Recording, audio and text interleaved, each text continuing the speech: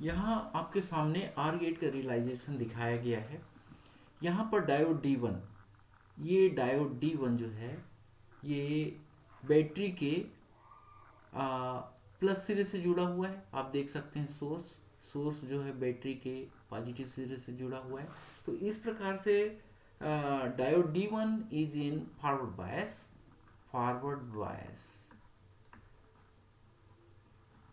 आप लोगों को पता है कि फॉरवर्ड बायस की स्थिति में डायोड जो है आउटपुट करंट देते हैं। और इस प्रकार से D2 को आप देखिए, यहाँ D2 जो है D2 बैटरी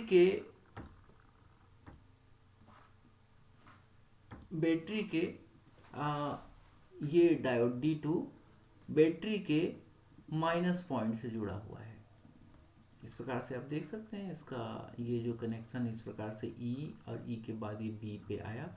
तो डायोड D2 जो है ये आपका रिवर्स बायस में है, रिवर्स बायस।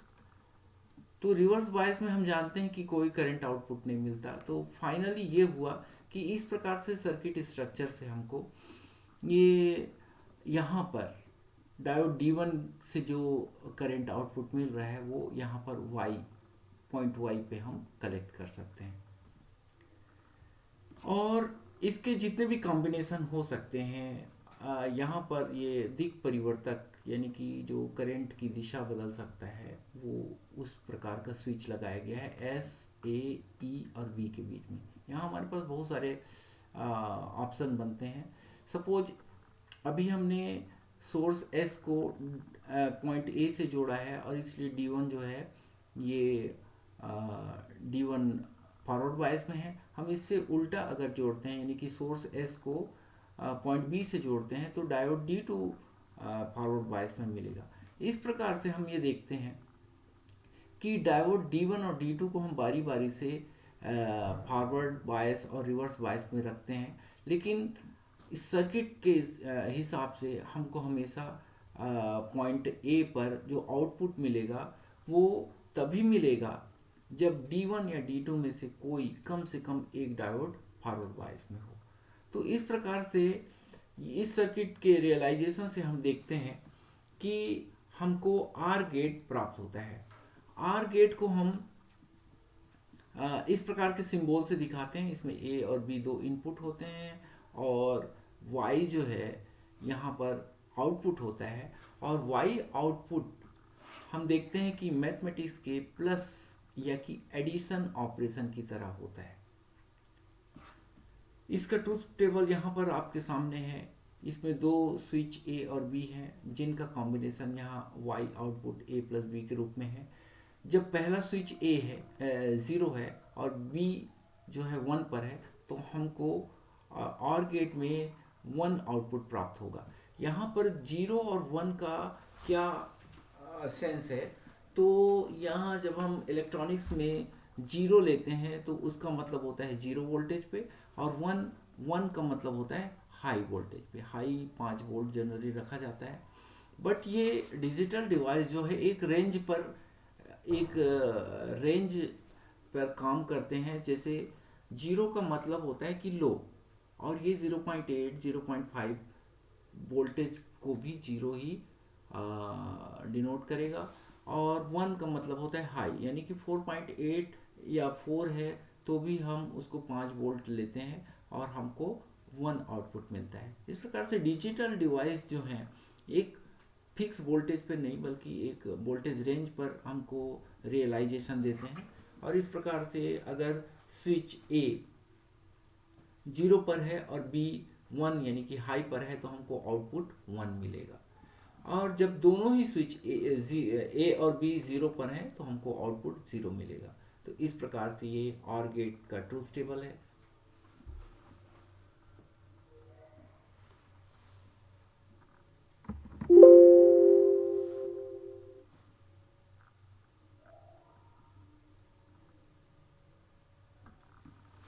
यहाँ एंड गेट के स्ट्रक्चर में हम देखते हैं कि दो डायोड हैं जिसको हम D1 और D2 से डिनोट कर रहे हैं और ये पॉइंट A और B के बीच में जोड़े गए हैं। This is diode D1 and this is diode D2।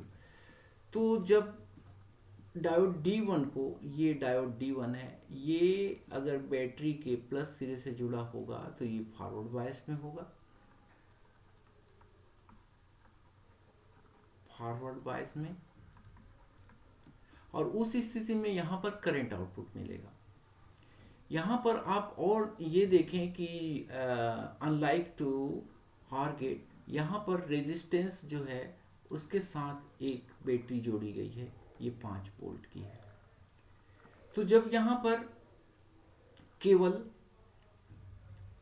D1 diode D1 forward bias में होता है, उस समय जो करंट आउटपुट मिल रहा है ये इस डायरेक्शन में करंट मिलेगा। बट यहाँ पर जो बैटरी है 5 वोल्ट की, वहाँ से भी करंट इस प्रकार से इस डायरेक्शन में मिलेगा, और ये दोनों ही करंट एक दूसरे को न्यूट्रल कर देते हैं, और फाइनली यहाँ हमको किसी भी प्रकार का आउटपुट नहीं मिलता। अब यदि इससे उल्टा हम सर्किट जोड़ें, कहने का मतलब ये कि अगर सोर्स के साथ यानी कि बैटरी के पॉजिटिव सिरे के साथ अगर पॉइंट बी को जोड़ा जाए और उस स्थिति में डायोड D2 को हम फॉरवर्ड बायस में रखें, तो डायोड D2 से हमको आउटपुट करंट मिलेगा, और जो कि यहाँ पर रेजिस्टेंस के साथ 5 वोल्ट की बैटरी जुड़ी है, उससे मिलने वाले करंट से वो न्यूट्रलाइज हो जाएगा। तो इस प्रकार से हम देखें कि यदि डायोड D1 या D2 में से कोई एक डायोड अगर फॉरवर्ड बायस में है, तो हमको फाइनली करंट आउटपुट नहीं मिलता।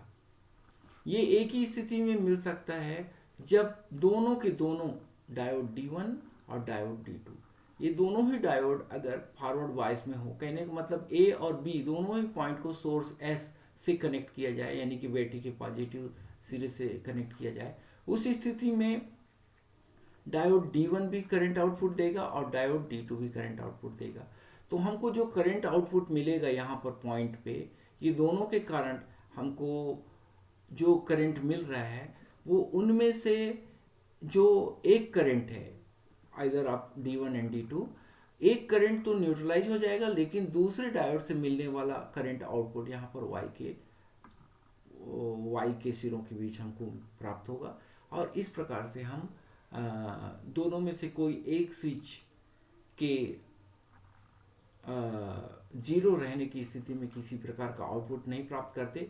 आउटपुट हमको उसी स्थिति में प्राप्त हो रहा है जब A और B दोनों ही पॉइंट बैटरी के प्लस सिरे से जुड़े हों, अर्थात D1 और D2 डायोड यदि फॉरवर्ड बायस में है तो हमको करंट आउटपुट मिलता है। इसका सिंबल इस प्रकार से है। सिंबल आप देख सकते हैं, A और B ये स्विच के दो पॉइंट हैं। यहाँ पर D की तरह जो संरचना बनी है ये एंड गेट कहलाता है, और यहाँ पर इसका जो हमको रियलाइजेशन है मैथमेटिक्स के डॉट यानी कि मल्टीप्लिकेशन के ऑपरेशन के जैसा प्राप्त होता है। तो एंड गेट का रियलाइजेशन A डॉट B से किया जाता है। इसका ट्रूथ टेबल आप देख सकते हैं। Truth table, input signal A और B अगर दोनों ही जीरो हैं तो आउटपुट जीरो मिल रहा है, अगर A जीरो है और B 1 है तो भी हमको जीरो मिल रहा है, अगर A 1 है और B जीरो है तो भी हमको जीरो मिलता है, और एक ही स्थिति में हमको करंट आउटपुट मिलता है जब A और B दोनों ही स्विच 1 पर हों। तो इस प्रकार से आप आज OR गेट और एंड गेट का रियलाइजेशन देख चुके हैं। अगले वीडियो में हम देखेंगे दूसरे गेट्स।